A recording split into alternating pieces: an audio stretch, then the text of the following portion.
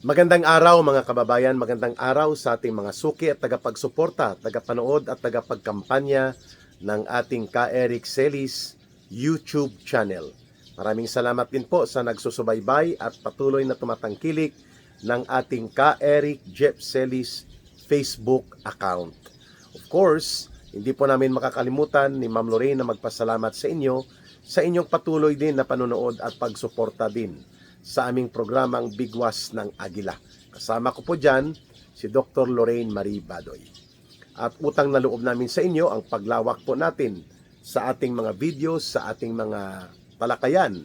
Dahil kung wala po kayo, wala din pong maaabot ang ating Ka Eric Celis YouTube channel at ang ating Ka Eric Facebook account ay hindi rin po lalago. Okay, simulan na po natin ang ating talakayan at mga balita. Una po, itinuturo ng gobyerno ni Marcos Jr. na sangkot di umano si former President Gloria Macapagal Arroyo or si PGMA sa mga nangyayari na mga paglalantad nitong mga 18 former soldiers dahil siya daw ang nasa likod nila Congressman Mike Defensor at pati na rin po, ayusin ko lang yung ating holder, at pati na rin po sa mga ilang mga cabinet officials dati ng Gloria Macapagal Arroyo administration, kagaya po nila Norberto Gonzales na dating naging National Security Advisor, si General Hermogenes Esperon na naging AFP Chief of Staff during the time of President Gloria Macapagal Arroyo. So itong mga personalidad na ito ay ipinapakalat ng kampo ni Marcos at Romualdez na sila daw ang nasa likod kung bakit nabubuo ang mga paglalantad ng mga former 18 soldiers na karamihan ay mga miyembro ng Philippine Marines, mga kababayan. At sa kadahilanang yan, nais nating bigyan po ng konteksto at pananaw kung paano nangyari na dahil lamang may mga personalidad at mga dating mga opisyal sa previous administration ni former President Gloria Macapagal Arroyo ay yun na po ang iniisip kaagad ng gobyerno ni Marcos at nila Romualdez na ang nasa likod nito ay si President Gloria Macapagal Arroyo. Mukhang mabigat po yan na uri ng akusasyon, wala namang batayang totoo na nasasangkot dito ang former President Gloria Macapagal Arroyo sapagkat ang teorya po na ipinanganandakan nila Marcos at Romualdez at ng kanilang mga handlers sa propaganda, kagaya po nitong tagapagtahol ni Marcos na si Claire Castro, yung pambansang barker, no, ay destabilization lang daw ang ingay kung bakit lumalabas at lumalantad itong sila mga 18 Marines or 18 soldiers rather. At may mga politiko na gumagamit sa kanila. Yun ang kanilang teorya eh. Eh paano naman po ang katotohanan sa kanilang sinasabi sapagkat hindi lamang po ang 18 soldiers na ito or 18 former soldiers ang naglalantad ng mga kaalaman at nilalaman nila o nalalaman nila at mga naging bahagi, direct participation eh. Personal knowledge and direct participation talaga ang nangyari. O paano naman sila gumagawa ng kwento, detalyado po ang kanilang rekoleksyon. Batay sa kanilang salaysay ay nanggaling ito sa kanilang kaalaman. Regardless kung nandyan si former President GMA or mga nasasangkot sa pagtulong sa mga former soldiers na ito, ang mga ilang officials noon na naglingkod sa gobyerno sa ilalim po ng administrasyon ni former President Gloria Macapagal Arroyo, para sa akin secondary issue yan eh. Ang primary and principal issue dyan, kung may katotohanan at may bigat ng mga ebidensya at mayroong pagkakaugnay at pagdudugtong sa mga naunang salaysay at pagbubunyag, itong paglalantad na ginawa ng mga former soldiers, mas yun ang principal at pangunahing dapat tingnan. Hindi po kung sino ang sumasakay, sino ang gumagamit, o sino ang nanunulsol. Kasi ang anumang akusasyon o aligasyon ng panunulsol, panggagamit o pagsakay ay magiging makabuluhan lamang at may katuturan kung nagsisinungaling at hindi tumutugma sa katotohanan at mga kaganapan ng pangyayari ang mga ibinubunyag na salaysay nitong mga former soldiers na ito. Pero kung titingnan po natin, tumutugma at dumudugtong sa mga mabibigat na revelations ni Ginoong Saldico ang kanilang salaysay. No? Binanggit na rin po mismo ni Saldico na mayroon po siyang mga security detailed staff. At ito na nga ang mga former soldiers na ito na nakakaalam ng mga deliveries, ng mga pagbubudega at ng mga ginawang mga pag-distribute nitong limpak-limpak, toni-tonelada at mali-maleta na pera na pinagkakitaan nila Marcos at Romualdez at ng kanilang miyembro ng sindikato mula sa hindi lamang flood control projects kundi iba't ibang mga proyekto pa. Gamit po ang sindikato nila sa DPWH. At tumutugma din po ang pahayag na ito ng mga former soldiers na ito maliban doon sa mga naging video revelations na inilabas ni Ginoong Saldico. Binanggit din po ito ng mag-asawang Diskaya. Mga contractors ito na ginamit din nila tambaluslos nila Martin Romualdez sa sindikato sa DPWH. Binanggit din po at tumutugma ang mga salaysay ng former soldiers doon sa Cabral Files. Di po ba? Na ngayon ay wala na si Yusek Catalina Cabral, pero may mga naiwan siyang files ng mga proyekto at mga pinagkakitaan ng mga projects, magkano, kanino, sino ang nakinabang. Na ang lumalabas, may hawak po nito, ay si Congressman Leandro Lebeste. Tumutugma din ang salaysay nito mga dating sundalo doon sa salaysay ng kasama nilang si Sergeant Gutesa, na ngayon ay hindi na rin makikita dahil mukhang inareglo na, di umano, ng grupo nila Martin Tambaluslos.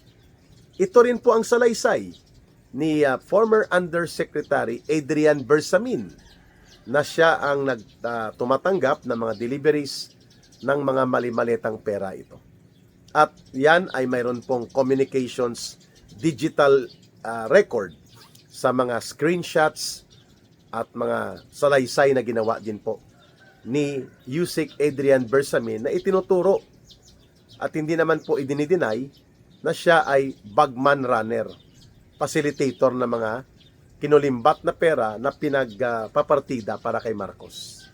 Kasama yung isa pang undersecretary na sa pangalan po ni Jojo Cades. At ang isa, yung tauhan ni Angara na si Trigib Olaybar. At ito naman po, nakakonect doon kay Lucas Bersamin at kay Amina Pangandaman, ang dating budget secretary ni Marcos at dating executive secretary, yung si Lucas Bersamin. So kung titingnan natin, ang teorya ng pinapalutang ngayon ng Malacanang na nasasangkot po si former President Gloria Macapagal Arroyo at mga tauhan niya noon sa kanyang administrasyon ay teorya po ng pagbibigay ng malisyosong elemento, yung pagbibigay ng element of malice para wag paniwalaan ang mga salaysay at mga pagbubunyag nito mga dating sundalo dahil sila ay ginagamit di umano ng grupo at paksyon nila former President Gloria Macapagal Arroyo. Ay samantalang binanggit ko na po na ang sukatan kung paniniwalaan o hindi, kung tatanggapin o hindi ng mamamayan ang mga pagbubunyag nitong former soldiers na ito na naging nakatalaga bilang mga security details dati kay Ginoong Saldico ay hindi po kung sino ang sumasakay, kung sino ang nanunulsol o sinong sa likod nila. Kung hindi, doon sa bigat ng katotohanan at kaalaman nila tungkol sa katotohanan sa kanilang mga sinasalaysay. Doon tayo titingin. O pagpalagay natin na yung mga aktibo na sumusuporta dito sa mga former soldiers na ito ay naging bahagi ng gobyerno o administrasyon ni former President Gloria Macapagal Arroyo. So what? What's the point about that, no? Ano po ang kabuluhan o kahalagahan yan dito sa pagpapakita kung tama o hindi, totoo o hindi ang mga salaysay ng former soldiers. Walang epekto yun eh. Except that, nais lang nilang magpasabog nila Marcos at Romualdez ng malisyusong intriga para pagdudahan at bigyan ng elemento ng malisyusong pagtingin ng mga mamamayan na hindi yan kapanipaniwala dahil politikong sa likod niyan. Well, lahat naman ng politiko may interest. At alam natin po, malapit din si former President Gloria Macapagal Arroyo dito sa mga former cabinet members ng kanyang gabinete o ng kanyang gobyerno, no? Like General Esperon, Secretary Mike Defensor na naging congressman din, and even dito kay Secretary Norberto Gonzales. But these are not essential elements kung may bigat ng katotohanan o wala ang mga salaysay na ibinubunyag nitong mga dating sundalo. Doon tayo sa merit, doon tayo sa merito, doon tayo sa katotohanan at salaysay na tumutugma doon sa pangyayari, mga kaganapan at mga naunang salaysay that even Yusek Bernardo ng DPWH, no? Bata-bata ito ni Secretary Bunuan na isa pala sa mga pangunahing actors sa sindikato ni Marcos at Romualdez nang siya pa ang DPWH Secretary. No? So, ito rin po ang tumutugma sa mga binabanggit nila Engineer Henry Alcantara at ng mga taga DPWH ng Bulacan na talagang may mga deliveries. Limpak-limpak, malimaleta, tuni-tunilada na pera na pinagnakawan at pinagparti-partihan ng sindikato nila Marcos at Romualdez, at yan ay doon nakalinya sa side ni Saldico dahil naging bodigero, naging warehouse man, naging matadero at operator ng sindikato ni Marcos at Romualdez. Si Saldico sa panahon na siya ay nasa inner circle pa nitong sindikato ng mga magnanakaw at mangungulimbat sa gobyerno ni Marcos. Kaya naman alam ni Saldico ang kanyang sinasabi, no? Although marami pa siyang hindi na ibubunyag na mga detalye, pero ang kanyang mga security staff, itong mga ibinunyag ng kanyang mga former security detailed staff niya at mga naging sundalo dati, ay alam natin na nanggaling po yun sa kanilang direktang partisipasyon, direktang kaalaman at personal na mga nalalaman sa mga pangyayari. Kaya kahit si GMA pa o si former President Gloria Macapagal Arroyo o mga tauhan niya o mga former cabinet members ng kanyang gobyerno ang involved sa likod ng former soldiers na ito, hindi po yan mahalaga. Hindi yun ang principal kasi na purpose kung bakit natin dapat pakinggan at sukatin kung susuportahan o tatanggapin natin o hindi ang mga salaysay at ibinubunyag nito mga former soldiers, sapagkat doon tayo sa bigat ng merito, the weight of the merit of their declaration. At sa tingin ko, pumapasa. Lumulusot sa test of the merit of their revelations and testimony na mayroong katotohanan, may bahid ng katotohanan at pagdudugtong sa katotohanan ang mga salaysay nila. The element of bringing into the discussion the name of former President Gloria Macapagal Arroyo, ang layunin niyan tatlo. Magpakalat ng intriga at malisyosong elemento para pagdudahan at pahinain ang mga salaysay nitong former soldiers. Number 2, itulak ang diskusyon na destabilization ito. Political game ito nila GMA, nila Sara Duterte at ng mga kalaban ni Marcos. Kaya hindi dapat paniwalaan, hindi dapat maimbestigahan, hindi dapat ma-include sa diskusyon ng paghahanap ng katotohanan itong mga naging salaysay at pagbubunyag ng former soldiers na ito. Yan pong layunin kung bakit inilutang nila Marcos at Romualdez ang pangalan ni former President Gloria Macapagal Arroyo. So, number 1, malisyusong elemento para pagdudahan, pahinain ang mga testimonya. Number 2, ilutang na ito ay bahagi ng political game.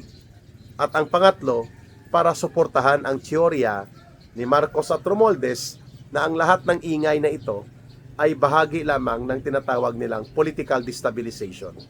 para pahinain at atakihin ang administrasyon ni Marcos at nila Romualdez. Those are the three theories that they want Marcos and Romualdez na tanggapin ng taong bayan, no? Pero hindi po 'yun madaling gawin. Part ng isang grand design ng psychological operations ang tawag diyan. You are creating a projection towards mind conditioning. Na huwag niyong paniwalaan ang lahat ng mga lumalabas na yan dahil plot o pakana yan, scheme ng mga gustong mag-power grab laban sa gobyerno ni Marcos at Romualdez. Yun ang teorya nila kung bakit nila inilutang ang pangalan ni former President Gloria Macapagal Arroyo at in-identify nila ang mga sangkot na mga personalidad na binanggit ko kanina. Pero may nakalimutan sila sa ganitong teorya nila. Hindi po bobo at hindi tanga ang mga Pilipino. Ang mga mamamayang Pilipino ay may kakayanan na unawain, aralin, at maintindihan nila kung ano ang katotohanan at mga kaganapan. Lahat po ng pangyayari sa malawakang pandarambong, malaki ang pagnanakaw at pangungulimbat sa kabanang bayan na nangyari po sa ilalim ni Marcos at ni Romualdez, sila po ang pasimuno, ang dalawang itong magpinsan na ito. Ang pagbuo ng budget, ang pagpapalusot sa Kongreso, ang pagbubuo ng mga sindikato at operators, ang sasagawa ng sindikato na operation ng DPWH, mga sindikato na contractors, at pati na po ang mga cabinet officials ni Marcos na sangkot kung paano palakarin paikutin ang pera, ang pagkakapirahan at pagkakakitaan. Yan po ay hindi mangyayari kung hindi pinagplanuhan mismo nila Marcos at Romualdez at kung paano ipatupad. And those are the scenarios na ibinunyag ni Saldico na yun talagang nangyari.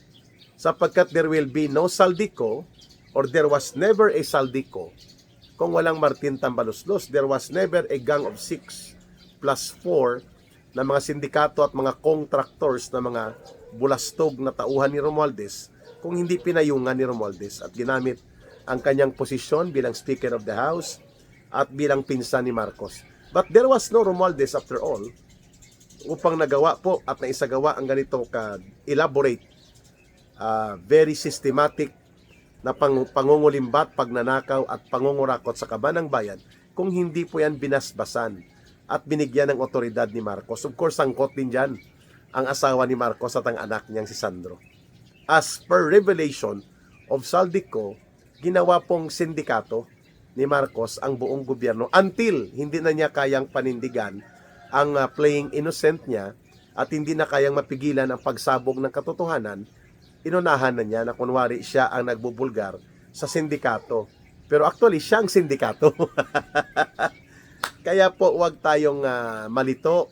Let us not be confused. Kung may mga inilulutang na pangalan, kagaya po ng pangalan ni former President Gloria Macapagal Arroyo, bahagi po yan ng disenyo ng psychological warfare operations upang linlangin at lituhin ang mga mamamayan at guluhin ang pagtingin sa sitwasyon nang sa ganon po mailihis ang totoong paghahanap at pag-establish ng criminal trails o pananagutang kriminal bilang mga punong salarin o mga mastermind sa bahagi ni Marcos at Romualdez. Kaya itong palutang at mga palipadhangin na sangkot si former President Gloria Macapagal Arroyo, yan po ay mga palutang na kwento na lamang sapagkat it cannot be sustained by truth. And even if that is true, hypothetically and theoretically, it does not eliminate sa katotohanan na may bigat ng direktang kaalaman at direktang partisipasyon ang mga inilalahad na salaysay ng former 18 or mga former soldiers na ito na naging whistleblowers. Regardless kung sino ang mga politiko na nasasangkot dito. Hindi po yun ang mahalaga. Ang mahalaga po, nabubuo natin ang puzzle. Yung pagtagpi-tagpi at pagtagni-tagni ng daloy at pagkakaugnay ng pangyayari at mga impormasyon nabubuo natin dahil lumalantad na yung mga aktwal na mga naging sangkot sa pagdadala at pagdistribute ng mga kinulimbat at pinagpartihan na pinagnakawan na pera, na ang pasimuno ang sindikato ng gobyerno ni Marcos at nila Romualdez. Ayan. Maraming salamat sa inyong pagsuporta, pakikinig at panonood. Don't forget to like and share and promote our videos and campaign for our channel, Ka Eric Celis YouTube channel. Maraming salamat mga kababayan na nais ko pong ipapaalala sa inyo yung nais tumulong po sa ating mga advocacy for Bangon Sambayanan People's Movement. Ang ating numero po sa GCash line ay 0916-308-7710. Uulitin lang po ni Ka Eric, 0916-308-7710. Ruhilda Celis po, kay Langging yan na pangalan, pero yan na rin po ang ating ginagamit na GCash line and line of support. Mahalin po natin ang bansang Pilipinas. Walang ibang magmamahal nito, kundi tayo ring mga Pilipino. Para sa Diyos at sa Pilipinas nating mahal. May God bless everyone and may Allah will be with those who are Muslim brothers and sisters. Muli, maraming salamat. Bye for now. Ito po si Ka Eric.